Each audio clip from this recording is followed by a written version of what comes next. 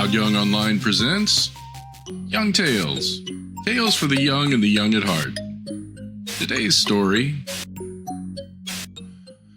The Spindle, the Shuttle, and the Needle by the Brothers Grimm. There was once a girl whose father and mother died while she was still a little child. All alone in a small house at the end of the village dwelt her godmother, who supported herself by spinning, weaving, and sewing. The old woman took the forlorn child to live with her, kept her to her work, and educated her in all that is good. When the girl was 15, the old woman became ill, called the child to her bedside, and said, "Dear daughter, I feel my end drawing near. I leave you the little house which will protect you from the wind and weather, and my spindle, shuttle, and needle with which you can earn your bread." Then she laid her hands on the girl's head, blessed her, and said, "Only preserve the love of God in your heart, and all will go well with you." Thereupon she closed her eyes, and when she was laid in the earth, the maiden followed the coffin, weeping bitterly, and paid her the last mark of respect. And now the maiden lived quite alone in the little house, and was industrious, and span, wove, and sewed, and the blessing of the good old woman was on all that she did. It seemed as if the flax in the room increased of its own accord, and whenever she wove a piece of cloth or carpet, or hand-made a shirt, she at once found a buyer who paid her amply for it, so that she was in want of nothing, and even had something to share with others. About this time, the son of the king was traveling about the country looking for a bride. He was not to choose a poor one, and did not want to have a rich one. So he said, "She shall be my wife, who is the poorest, and at the same time the richest."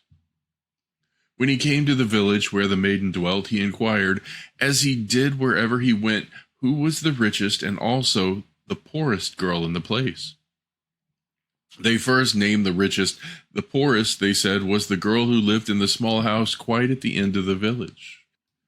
The rich girl was sitting in all her splendor before the door of her house, and when the prince approached her, she got up, went to meet him, and made him a low curtsy. He looked at her, said nothing, and rode on.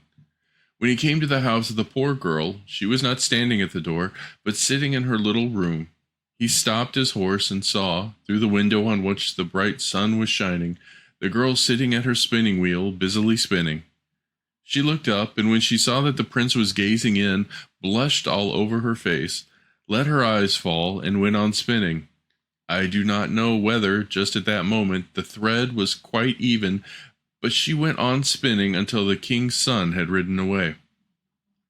Then she stepped to the window, opened it, and said, "It is so warm in this room." But she still looked after him as long as she could see the white feathers in his hat. Then she sat down to work again in her own room and went on with her spinning. And a saying which the old woman had often repeated when she was sitting at her work came into her mind, and she sang these words to herself: "Spindle, my spindle, haste, haste thee away. Here to my house bring the wooer, I pray." And what do you think happened? The spindle sprang out of her hand in an instant and out of the door. And when, in her astonishment, she got up and looked after it, she saw that it was dancing merrily into the open country and drawing a shining golden thread after it. Before long, it had entirely vanished from her sight. As she had now no spindle, the girl took the weaver's shuttle in her hand and sat down to her loom and began to weave. The spindle, however, danced continually onward, and just as the thread came to an end, reached the prince. "What do I see?" he cried. "The spindle certainly wants to show me the way." He turned his horse about and rode back with the golden thread. The girl, however, sitting at her work, singing, "Shuttle, my shuttle, weave well this day, and guide the wooer to me, I pray." Immediately, the shuttle sprang out of her hand and out by the door. Before the threshold, however, it began to weave a carpet which was more beautiful than the eyes of man had ever yet beheld. Lilies and roses blossomed on both sides of it, and on a golden ground in the center green branches ascended, under which bounded hares and rabbits. Stags and deer stretched their heads in between them. Brightly colored birds were sitting in the branches above. They lacked nothing but the gift of song. The shuttle leapt hither and thither, and everything seemed to grow of its own accord. As the shuttle had run away, the girl sat down to sew. She held the needle in her hand and sang, "Needle, my needle, sharp-pointed and fine, prepare for a wooer this house of mine." Then the needle leapt out of her fingers and flew everywhere about the room as quick as lightning. It was just as if the invisible spirits were working. They covered tables and benches with green cloth in an instant, and the chairs with velvet, and hung the windows with silken curtains.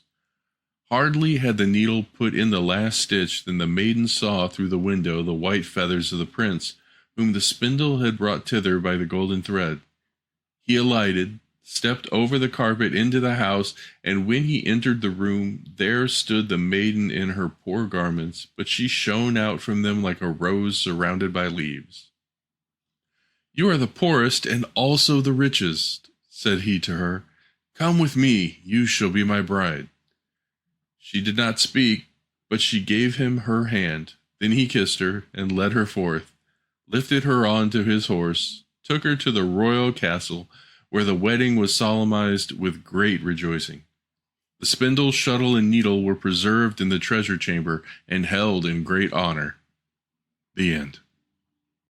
Young Tales is produced and narrated by Todd Young from Todd Young Online.